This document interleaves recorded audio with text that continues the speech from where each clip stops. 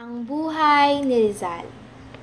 Si Dr. Jose Rizal, o kilala sa tawag na Pepe, ay naiiba sa lahat ng matatalino sa kanyang kapanahunan na naging bayani ng Pilipinas.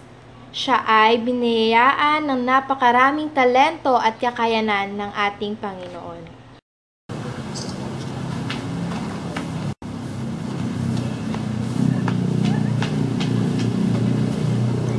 Napadalaw ka. Manganganak na po si Ina. Ha? Saan siya? Doon po sa bahay. Si Dr. Jose Rizal ay pinanganak gabi ng Miyerkules, Hunyo 19, 1861 sa bayan ng Calamba, Laguna. Halos bawian ng buhay ang kanyang ina nang siya ay ipinanganak dahil sa laki ng ulo ni Jose Rizal. Si Jose ay ikapitong anak ni Don Francisco at Doña Teodora. Ito na! Lalaking anak mo. Napakaamo ng kanyang muka. Kaya pala nahirapan kang umiri kasi napakalaki ng kanyang ulo. Lumipas ang ilang taon, lumaki si Pepe na mapagmahal at kagalang-galang. Siya ay nag-aaral na ang kanyang guro ay ang pinakamamahal na ina. Habang nagtuturo si Doña Teodora, ay napagtanto niyang di nakikinig ang pilyong anak na si Jose. Kaya nagkwento ito sa kanyang anak. Pepe, narinig mo na ba ang kwento ng batang gamugamo? Ano po yun? Ang munting gamugamo. May lilipad-lipad na isang gamugamo sa tapat ng ilaw ng lamparang ito. Tuwang-tuwa siya sa liwanag ito. Paikot-ikot pa ang munting gamugamo. Sabi ng nanay niya, "O anak, halika. Ikaw ay lumayo sa malaking lampara. Baka mamaya lang ikay mahagip pa ng silab ng apoy na maganda sa mata." "Ay, hindi po inay. Ako'y mag-iingat. Titingin-tingin lang at lilipad-lipad. Hindi po lalapit, di po isasayad. Ang maliliit ko't magagandang pakpak." Walang ano-ano'y narinig ang sigaw nitong gamugamong dating sumasayaw. Lugmok ang katawan, pakpak ay natunaw. Nasunog na pala sa lamparang tanglaw. Lumipas pa ang ilang taon, mas lumaki si Jose at nagkaroon ng kaalaman ukol sa pagsusulat ng tula, pag-uukit at pagiging magaling na pintor. Ang kanyang mga gawain ay hinahangaan ng nakakarami.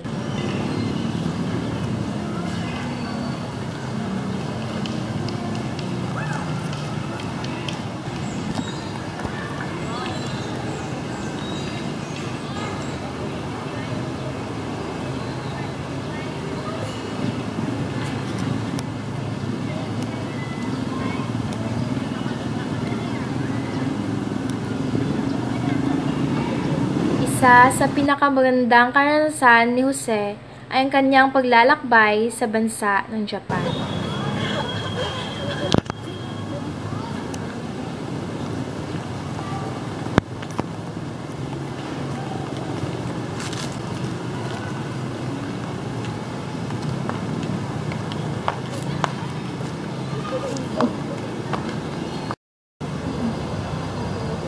Ikura nan desu ka?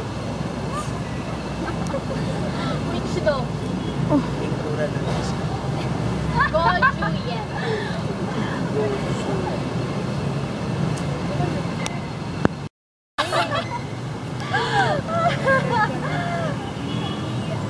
Humanga siya sa natural na kagandahan ng Japan. At doon, nakilala niya ang napakagandang dilag na si Osei-san. Doon, bumuo ng matinding pag-ibig ang dalawa.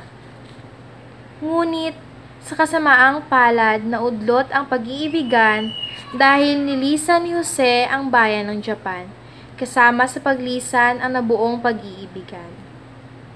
Sa paglisan ni Jose ay nagdulot ng matinding lungkot sa puso ni Osei-san.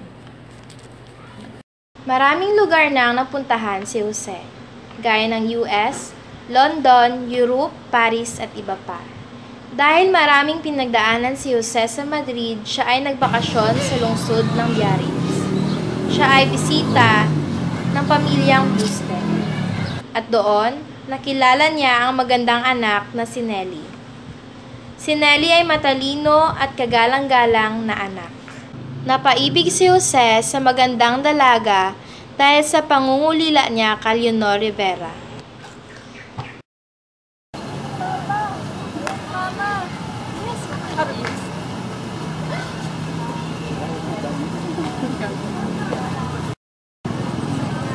Mawalang galang ako. Pwede ko po papakausap niya. Dahil sa madalas na pagkikita, naging malalim ang pag-iibigan ng dalawa. Ngunit, nabigo si Jose nang yayain niyang magpakasal si Nelly. May gusto ako sabihin sa'yo, Nelly. Ano yun? Mahal kita, Nelly. Mahal din kita, Jose. Dahil may dalawang rason.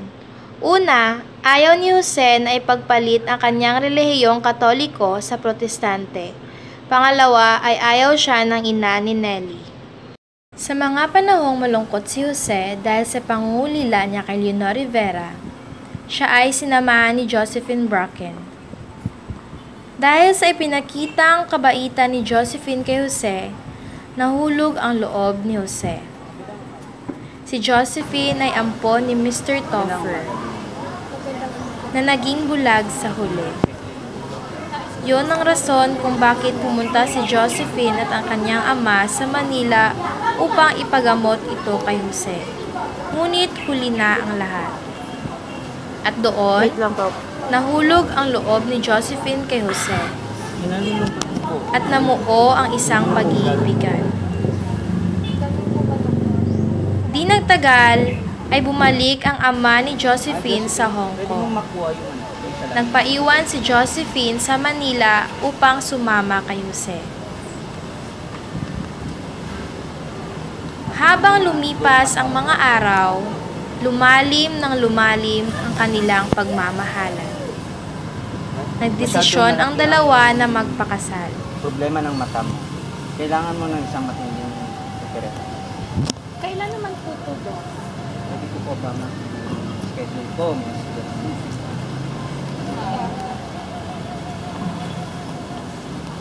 Sa makalawa, bumalik ka dito para sa iyong operasyon. Sige.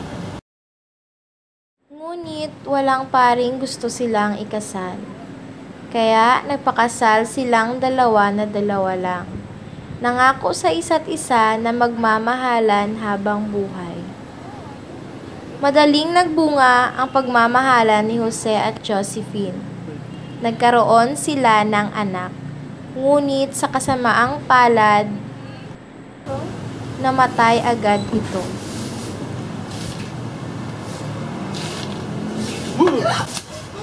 Nalabis na ikanulungkot ni Josephine Bracken. Dahil sa pagpapakatotoo ni Jose at kagustuhang lumaya ang sariling bayan, sumulat siya ng isang nobela. Yun ang El Filibusterismo. Doon, nagalit ang mga praile dahil sa mga nabasa nito. Si Jose ay naparatangan ng kasalanang hindi makatarungan. Siya ay nakulong at pinarusahan ng kamatayan sa lungsod ng Bagong Bayan.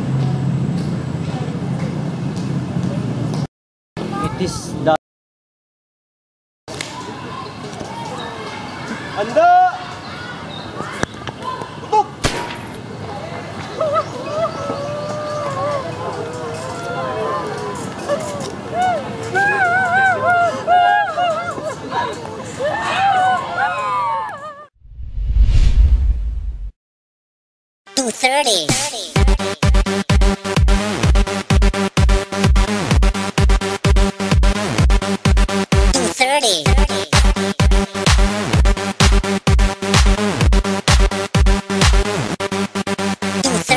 Nakaka-bad trip na naman ang traffic. Ang saya sa EDSA, may parking sa kalsada. Pati sa airport, todo mag-effort. Nagwawala si Lola pag niya kasi may bala. Huwag mag-alala dahil malapit na. Oras na ng pagbabago. Tayo sumayaw, lahat ay sumigaw. Oras na. time is it? 2:30.